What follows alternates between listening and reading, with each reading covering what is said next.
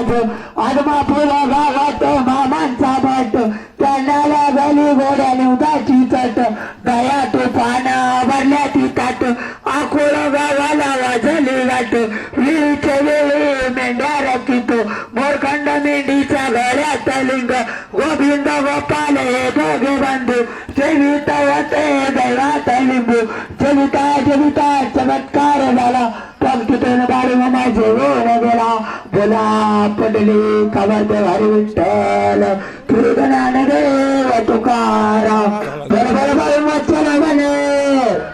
बरोबर बाळू मच्छर बने बरोबर बाळू मच्छर बने